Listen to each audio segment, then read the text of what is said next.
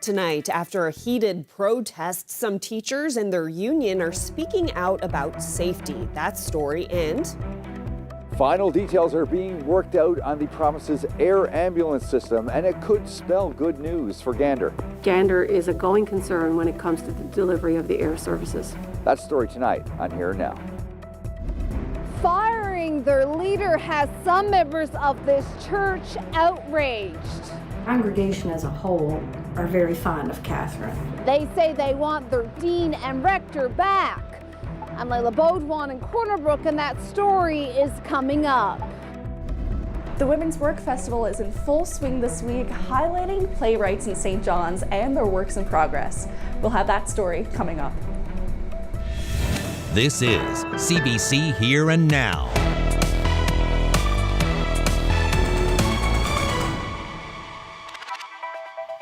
Good evening and welcome to Here and Now. Some teachers in this province say they're being attacked and threatened inside schools and online.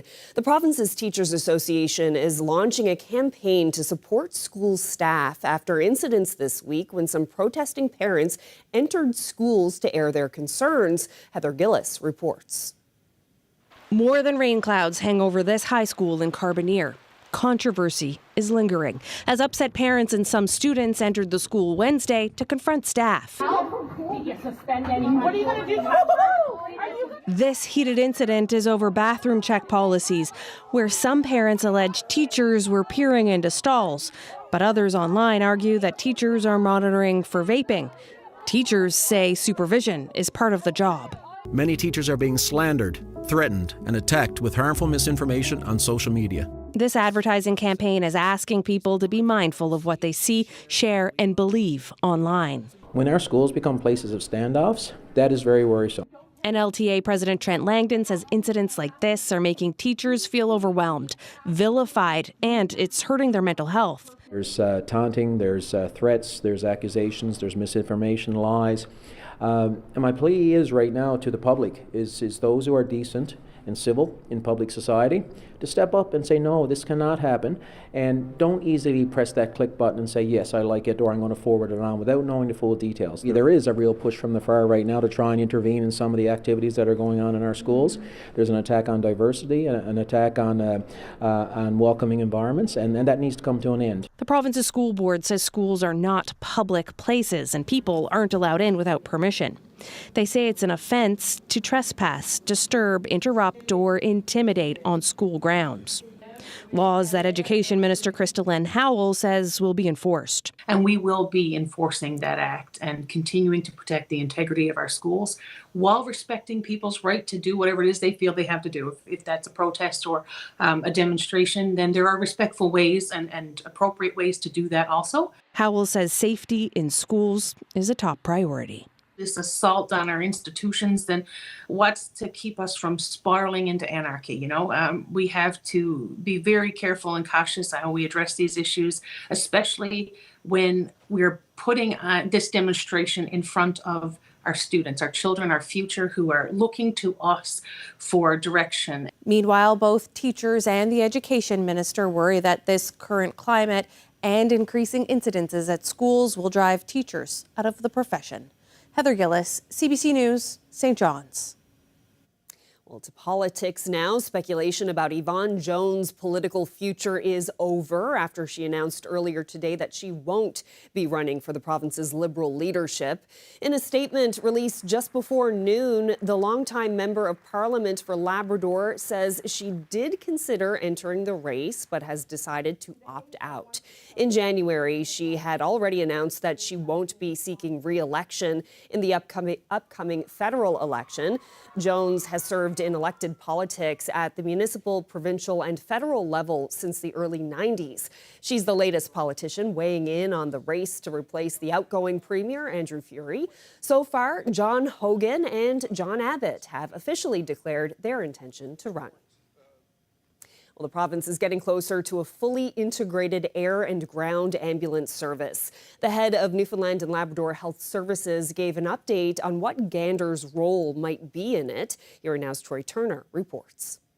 In an update on healthcare in central Newfoundland yesterday, members of the NL Health Services leadership team were joined by new CEO Pat Parfrey. And for the town of Gander, the event included promising news about the new provincial air ambulance system. We see Gander and Gander Airport and Gander's infrastructure as an extremely important point of service delivery within the air system. We've already integrated the ground component of the ground ambulance by the 1st of June 2024. And now we're in the process of negotiating the contract and working out how to integrate the air component. An RFP to reimagine the ambulance system across the province was first issued in 2023. The document initially included the condition that ambulance aircraft will be based in St. John's and Happy Valley Goose Bay only. In the fall of 2024, Medivie Health Services, which already manages emergency services in Eastern Ontario and New Brunswick, was announced as the successful bidder. While the contract was changed later to include Gander, it's still unclear in what capacity. But last month, the mayor of Gander said he was pleased that outgoing Premier Andrew Furey supported the inclusion of Gander.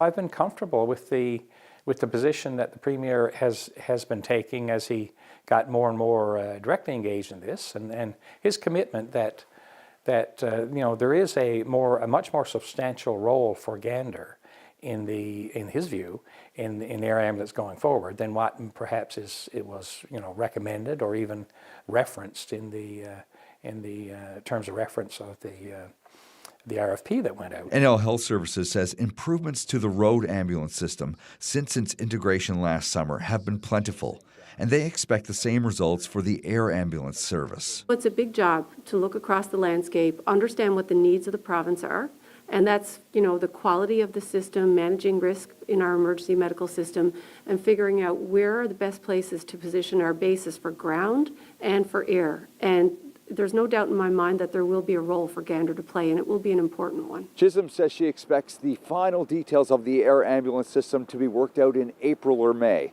That should provide clarity on the role this town will play going forward. Troy Turner, CBC News, Gander.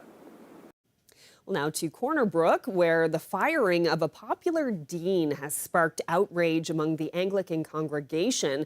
The members are not just calling for the dean's reinstatement, they also want the bishop's resignation. The CBC's Leila Baudouin has the details. That doesn't make for an easy relationship. So what I would say is, this was the moment when Bishop John Organ told the congregation at the Anglican Cathedral of St. John the Evangelist that he had fired their dean, Reverend Catherine Short.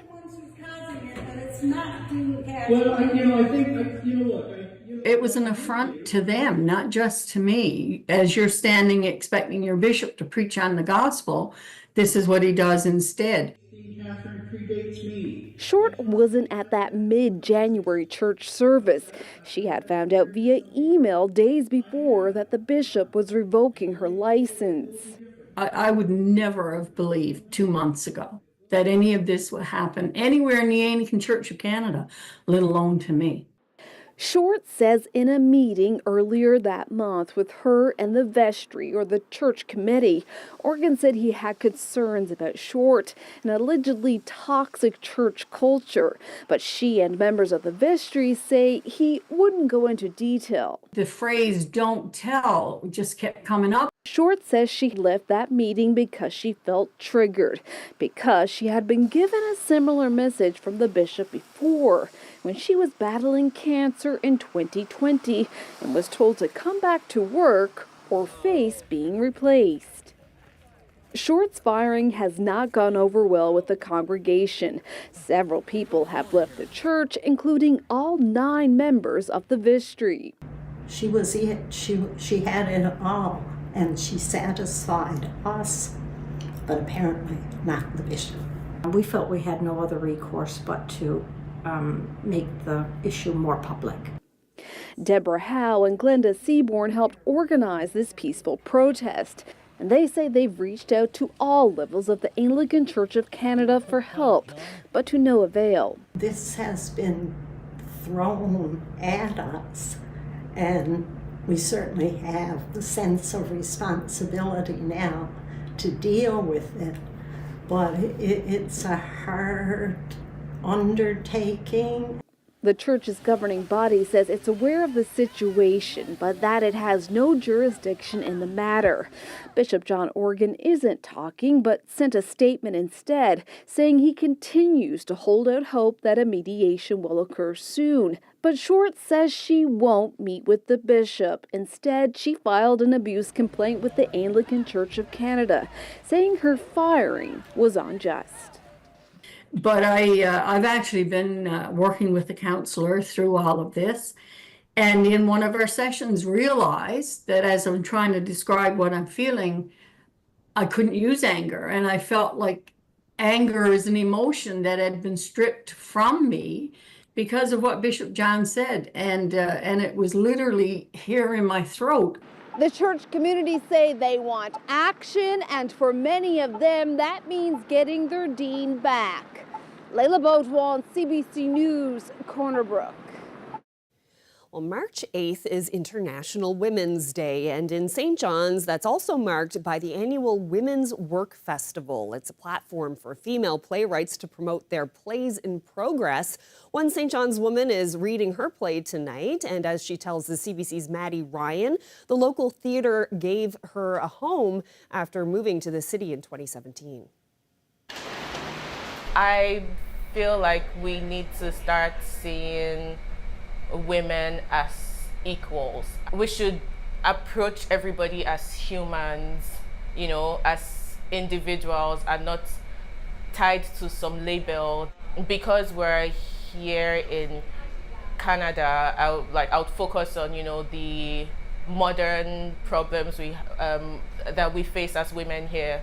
But then, you know, there's also the issues that young girls and women face in other parts of the world that, you know, we don't discuss as much because we feel like we don't see them here. But then all those things, they grow from something. They grow from that lack of equality. And so if we target the equality, I feel like, you know, there'll be a trickle-down effect. Because of all the lack of equality that has been going on all through the years, now we have to catch up. And so we have to make these, like the Women's Work Festival, we need to make a space for celebrating women. The first time I attended the festival, I was a performer. And later that year, I went ahead to write my first play, which was in the St. John's Short Play Festival. So I feel like the Women's Work Festival is an avenue to introduce theatre to the community, and also to shine a spotlight on the people who are working on plays that may be in progress or maybe already be done, but just to show the community, you know, this is what the women in theatre in St. John's, in Newfoundland are doing. We need to fill up that gap. It's not just here in Canada, but making awareness for what's going on in other places around the world, because we still have so much work to do. You're reading a play tonight? Yes. Tell us about it. What's it called? What's it about? So my play is called Tomilola, the musical.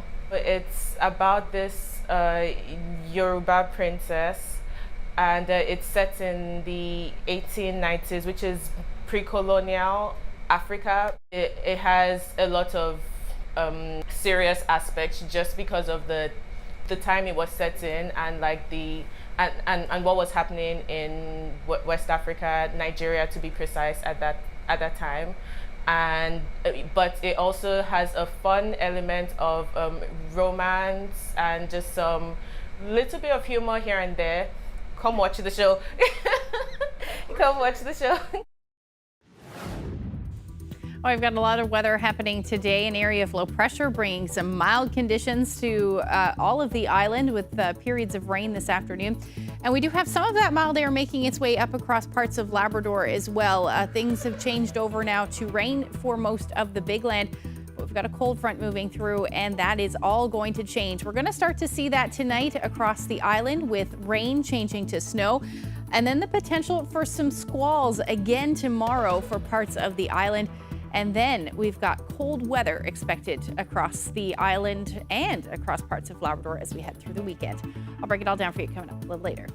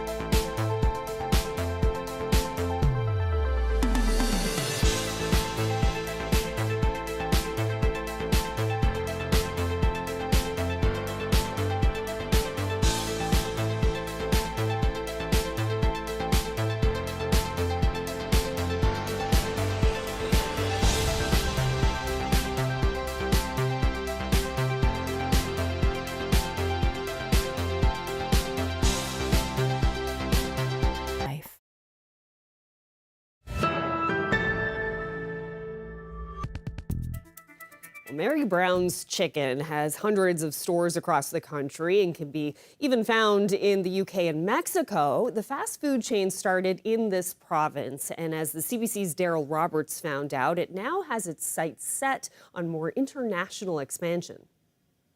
Where is Mary Brown's going next? Well, going next, it's a bit of a race, and we're opening in both Pakistan and India in April. We're just finalizing the grand opening dates based on some of the construction and whatnot, but we're going to be opening both countries within a month of each other. So that's the next big project. 2024 was the breakout year for us. The choice was made to expand internationally. So the first market we entered into was the UK in Northern Ireland. So we've grown to 2 locations last year in Northern Ireland. And then we opened in the fall in London, in Hounslow in London. We also opened in Merida in Mexico, which is the capital of Yucatan Peninsula. It's a beautiful town city in Mexico. And we opened a beautiful drive-through right on the main road going out to the beach. We have 3 more under development in that market as well. So in 2024, we opened in 4 locations over 2 markets. So that was the big brand launch overseas. If you look at the markets that I just mentioned, that gives us access to about 2 billion consumers. So not a bad start. But really, when you're looking at markets, such as Mexico and Pakistan and India, the growth potential is phenomenal. The core menu is definitively the same. There's a Big Mary in every one of the markets. Obviously our taters is a great export. Tater poutine is another fun one that we're bringing around the world. The signature chicken, tenders, the pop-ins. So all of the core products are definitively going to be there. Where there are variances, it tends to be in the desserts and the sides and whatnot. And those need to be as much as our core product, we will never adapt or change. Those other parts are often culturally conditioned. So what people consider a nice sweet at the end of a meal really does differ, even between the UK and Canada. So we have to be true to ourselves while at the same time being adaptable to the local palates and the local expectations. Well, a sold-out event at the Rooms in St. John's last night celebrated 6 decades of the iconic CBC show Land and Sea. Host Jane Adey describes why she believes the long-running program still resonates with the audience in this province and beyond 60 years after it first hit the airwaves. And I think that is what is so wonderful about Land and Sea. It has been so consistent over 60 years, profiling people in rural communities who often have very simple stories to tell, but they resonate with people in so many other communities. And I think that's what's so special about this program. And I think particularly the state that we're in the world now, it's what the world needs more of, are these simple stories about kindness and about hard work and about community and about strong values and family and relationships and pride of place. And I have that pride of place, and that's why I am so delighted to be a part of this program, and everyone who works on this show. On the front lines and behind the scenes, we are all so proud of the package that we deliver every week. It's a complete privilege to work on Land and Sea. All right, let's check in with some sports news now. Brad Goujiu is on the ice in Kelowna, BC, as his Team Canada is taking on Team Alberta in the Brier playoffs. The round robin didn't end well for the defending champs as Team Goujiu's undefeated run at the Brier came to a halt with a 7-6 loss to Manitoba last night. An uncharacteristic error in the 9th end by Goujiu gave Manitoba's Dunstone the hammer with the game tied. The other team from this province, Team DeLello, ended its Brier run with a 5-1 loss to Alberta. Team Goujiu is currently seeking its 4th straight Brier win, but they have to get past Alberta first.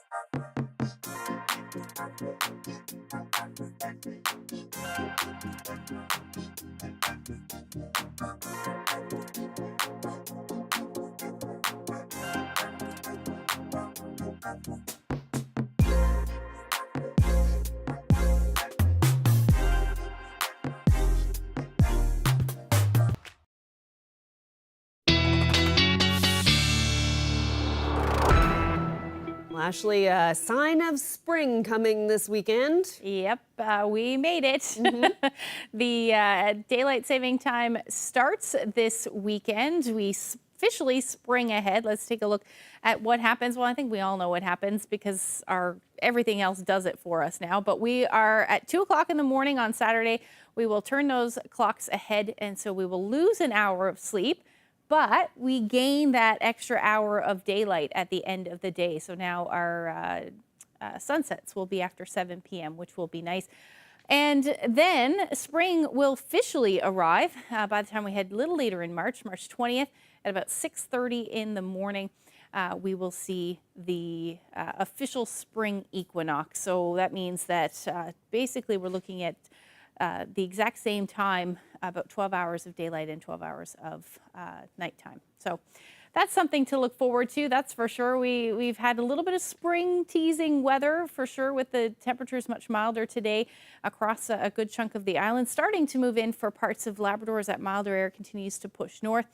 But things are going to change as we head through the weekend. And behind this, we can see there is some snow, and that will change over as we head through the night tonight. We're already starting to see some of those temperatures cool down to about 2 degrees in Port aux Basques right now. But still 9-10 degrees, Twillingate 10 degrees right now.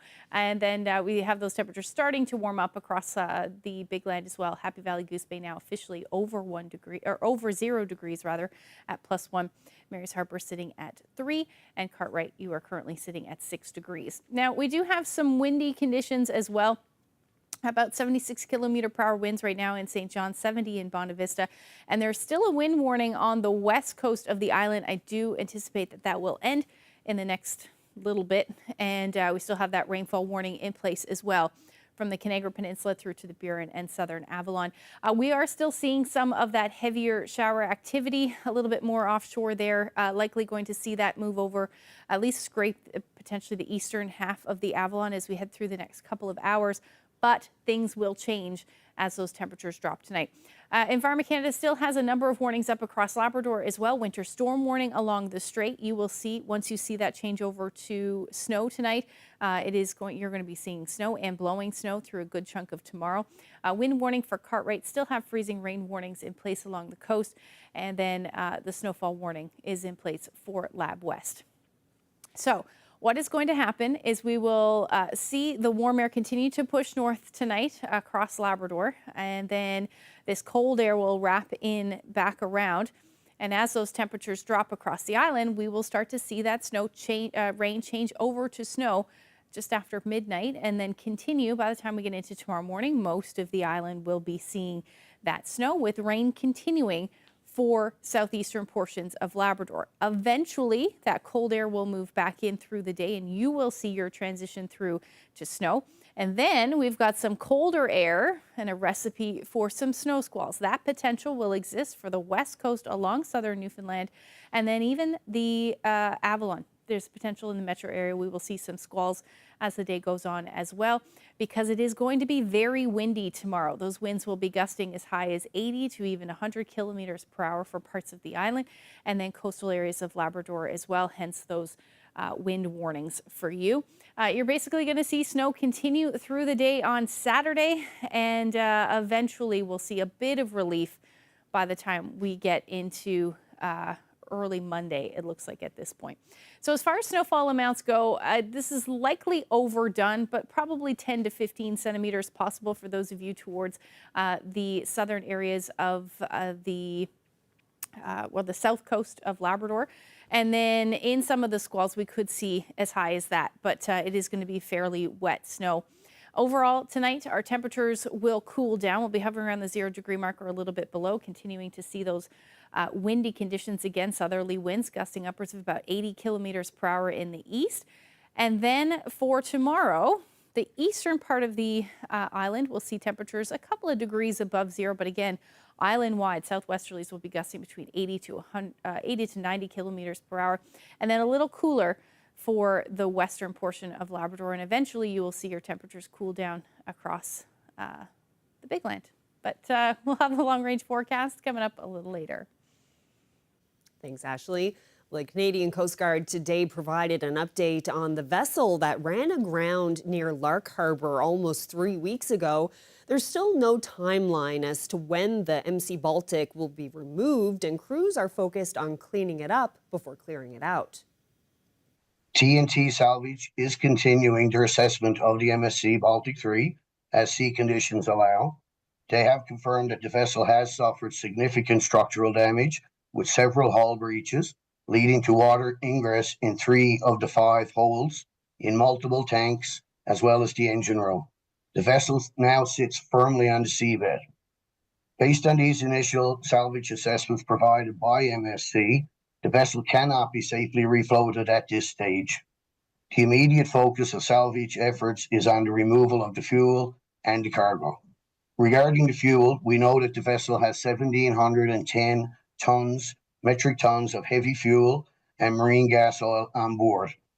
The manifest provided by the owner of the MSC Baltic 3 indicates that the cargo contains some materials listed as dangerous goods. These include things such as fabrics, food products, metals, and polymeric beads. These items have potential to cause negative impacts to the environment and are therefore considered dangerous. There is no immediate threat to human health. Currently, TNT Salvage is mobilizing the required equipment to support the removal of the heavy oil from the fuel tanks. The oil will need to be heated so it can be removed from the vessel. They have also confirmed that the shipboard cranes are operational, which will be helpful in offloading the cargo. It is hard to determine the time frame at this point, but it will be lengthy. Speed is not the primary goal here. Minimizing environmental impact is the primary goal.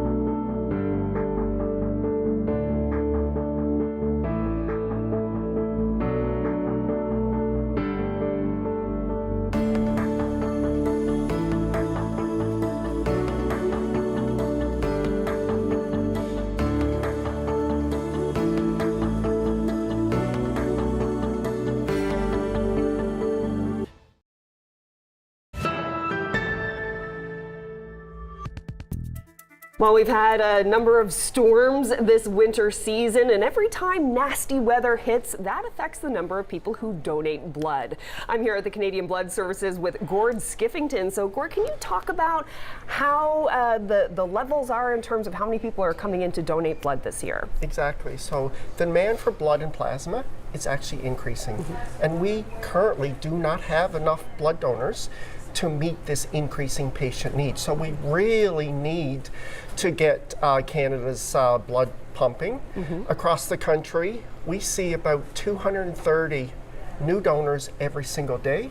This winter, we actually need about 450 new donors in order to meet this increased patient need. Wow, so that's a lot more than what you're getting. I mentioned the weather. How does the weather affect the number of people who come in to donate blood? Yeah, exactly. February has been very challenging. Winter is always a challenging time, but this February has been challenging with heavy snowfalls and cold temperatures across the country.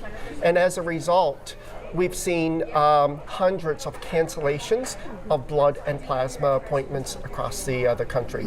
Even though, we have storms, cold temperatures, the demand for blood doesn't stop. And we need all blood types every single day of the year. Right. And does the demand for blood increase during the winter as well? So it's pretty stable, but certain times of the year, the demand do increase. More people out on our highways. So unfortunately, accidents do occur, but again, we need all blood types every single day of the year. And even though there's a snowstorm, there's still a child at the Janeway receiving cancer treatments may require blood transfusions. Yeah, and talk more about the kinds of people who need blood. Why is this blood so desperately needed? So there's many reasons why somebody may need blood or plasma. A leukemia patient at the Janeway, when they're receiving their treatments, and their weekly treatments may go on for up to 36 months, they may receive up to 8 units of blood or 8 blood transfusions every single week while they're receiving their treatments for leukemia. Accident victims, if there's major internal trauma, that person may require up to 50 units of blood. So the need for blood doesn't stop. Every single day we need all blood types to ensure that we have adequate supplies for hospital patients. And can you talk about who can donate blood? So about 50% of the population is eligible. We've made a lot of changes over the last few years, and more people are becoming eligible. So if you were told a few years ago that you're not eligible, we ask that you go to blood.ca or download the Give Blood app. There's an eligibility quiz there that you can take to see if you are eligible. If you do have any medical related questions, then you can call our toll-free number 1-888-2-DONATE, ask to speak with a medical professional, and they would be able to assess as well. Some of the common changes that have occurred over the last couple of years, one big one is around certain types of cancers. It used to be a permanent deferral if somebody had cancer.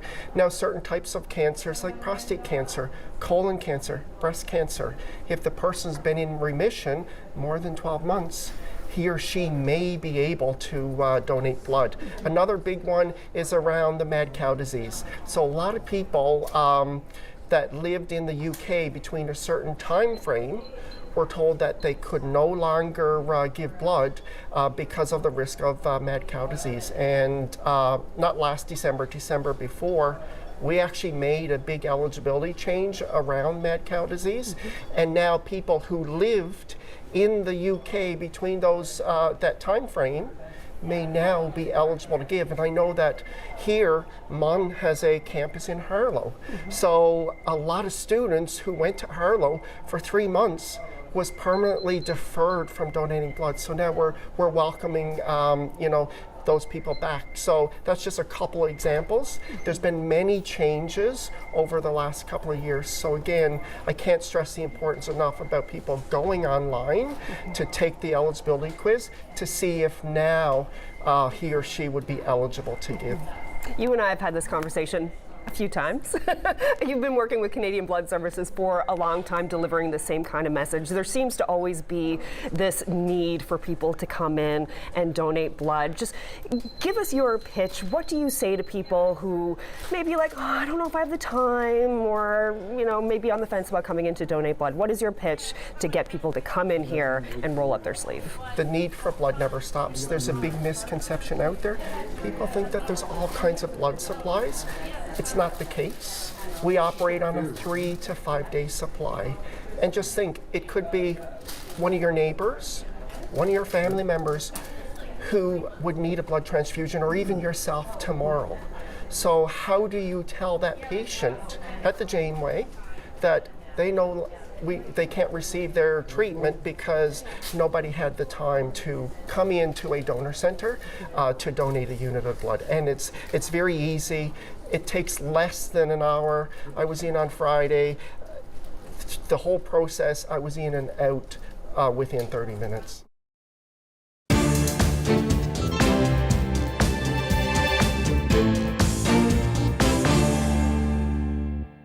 Well, with the opening salvos in the trade war between Canada and the U.S. unleashed, industries are assessing the potential damage.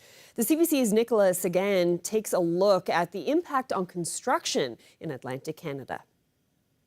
I personally like an extra hour light later in the day than in the morning. Yeah. This is one of the ways Peter Warwick escapes the winter blues.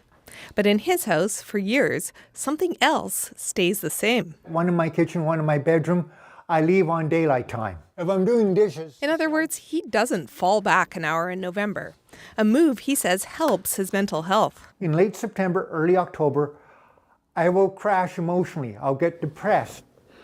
He's not alone in wanting to stop the seasonal time changes. Many provinces and several U.S. states are considering it. CBC News created a tool that lets you see what sticking to one time all year would be like where you live. In the Eastern time zone that Quebec and Ontario share, if both provinces choose to stick to daylight saving time year-round, on the shortest day of the year, the sun would rise in Gaspé just after 8 a.m. But in Thunder Bay, they'd see the sun almost 2 hours later. We have a circadian clock that aligns to sun time. Experts who study time changes say there's a better option, skipping the spring forward and staying on standard time. This is because standard time gives us more light in the morning, which is what our bodies need to regulate our sleep-wake cycles. It will make you more alert during the day, which is good for your, just well-being and also productivity at work. And the alternative, staying on daylight time, would mean going to work or school in the dark for much of winter in most of the country. This could put us dangerously off our natural rhythms. This misalignment has been linked to a bunch of health consequences, cardiovascular disease being one, diabetes, some forms of cancer. With the possibility of changes on the horizon, when is the ideal time to experience daylight is a question Canadians may have to grapple with soon. Tara Carmen, CBC News, Gibsons, BC. And apologies, that was the wrong item. That was about daylight saving time. We're going to go back now to a story about the trade war between Canada and the U.S. and how some industries are currently assessing what kind of damage this is all going to create. And the CBC's Nicholas again takes a look at the impact on construction in Atlantic Canada.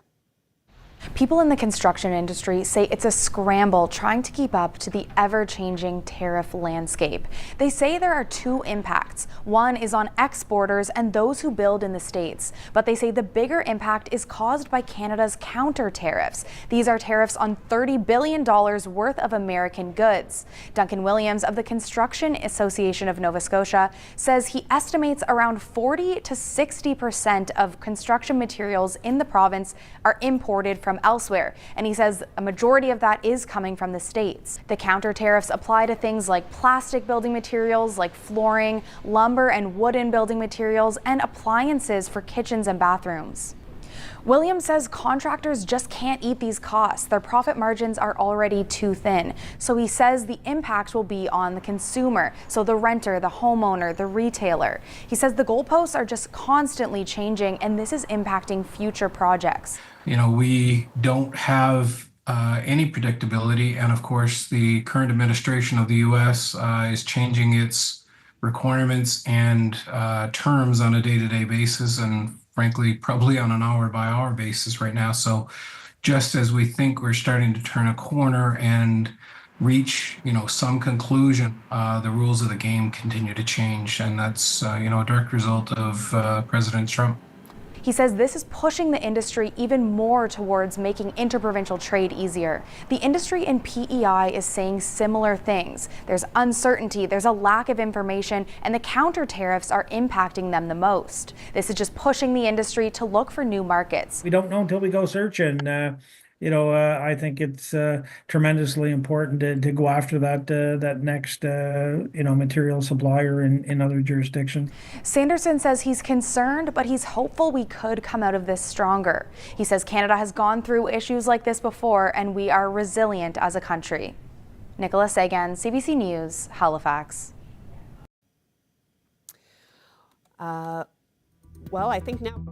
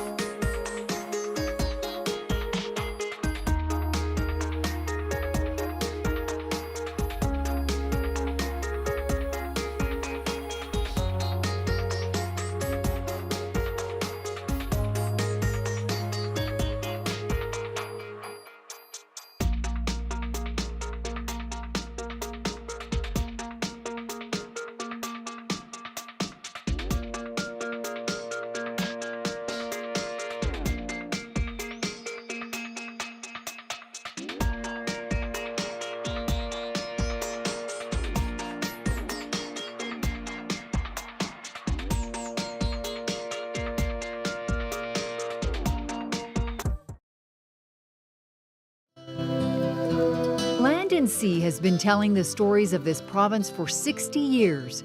Hear our memories from the road, Sunday at 11:30 and Monday at 7.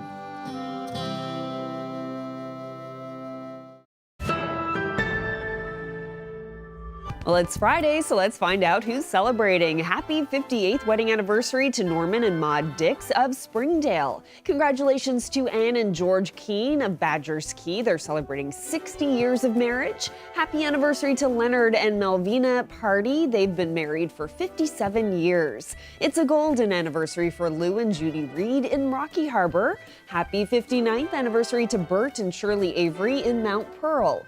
Wishing Patricia and Claude House a happy 61st anniversary. They're from Daniels Harbor, but now live in Deer Lake. Freeman and Glenda Cull of Anglee are celebrating their 56th wedding anniversary today. Happy 69th anniversary today to Ray and Betty Hussey in St. John's. Congratulations to Frank and Diane Manston of Labrador City on their 58th anniversary. Happy anniversary to Roy and Lucy Stagg of Labrador City, who are celebrating 54 years of marriage. Happy 66th anniversary to Reginald and Irene Elliott of Raleigh. Mike and Elaine Lynch of Corner Brook are celebrating 50 years of marriage today. Happy 58th anniversary to Terry and Rosalind Hayward from Lawrencetown.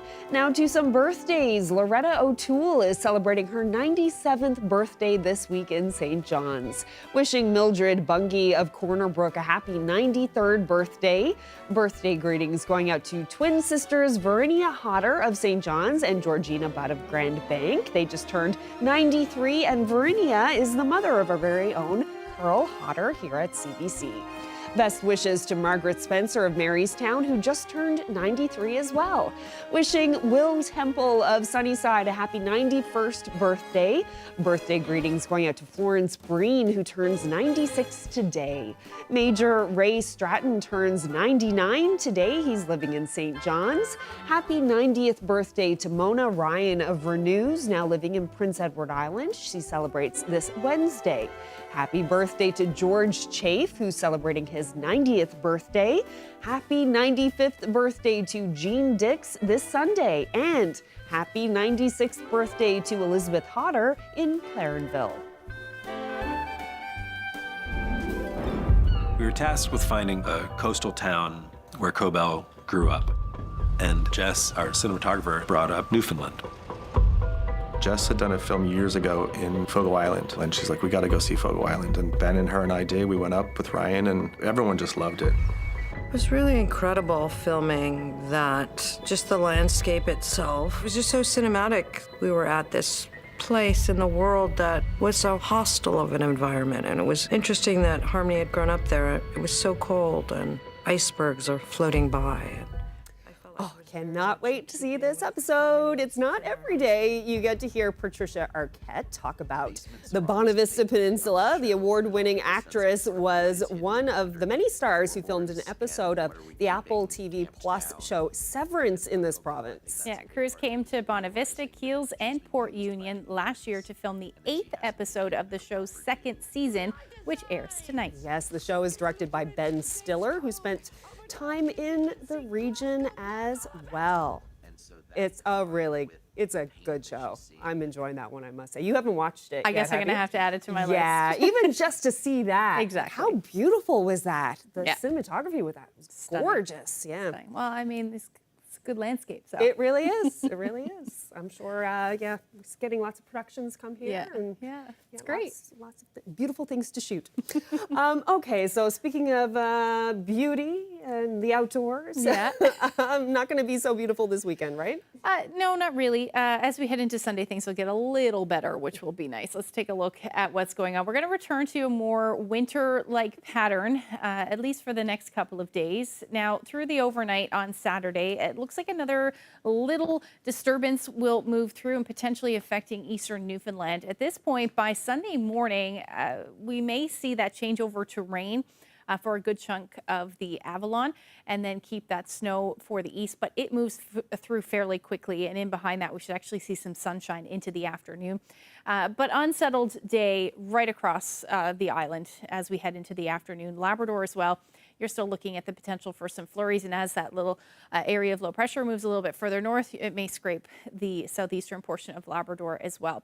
So overall, temperatures should climb above zero for the afternoon for the eastern half of the island, and then near or a little bit below for the western half of the island. And then across Labrador, your temperatures will head back down below zero and stay there for a little while.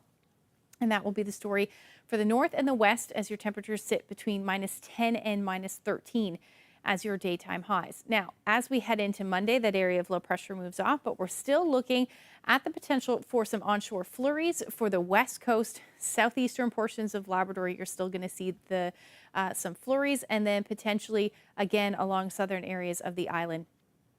Again, temperatures will be a little cool, hovering around the minus single digits for the west coast, a couple of degrees below zero through central, and around there for the east as well. Now, for Labrador, back down to the minus double digits for most, with the exception of southeastern Labrador, where you will sit between -7 and -8 as your daytime highs.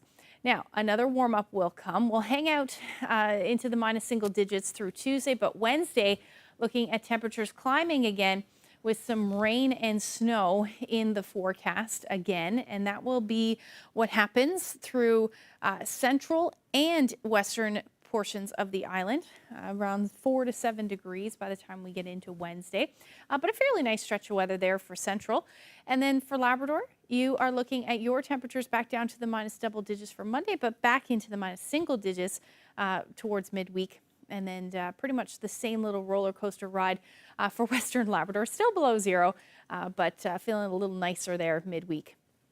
Our photo of the day taken in Indian River. Take a look at this shot after a snowstorm. Definitely doesn't look like that right now, but Golda shared that great shot with us. Thank you so much for that photo.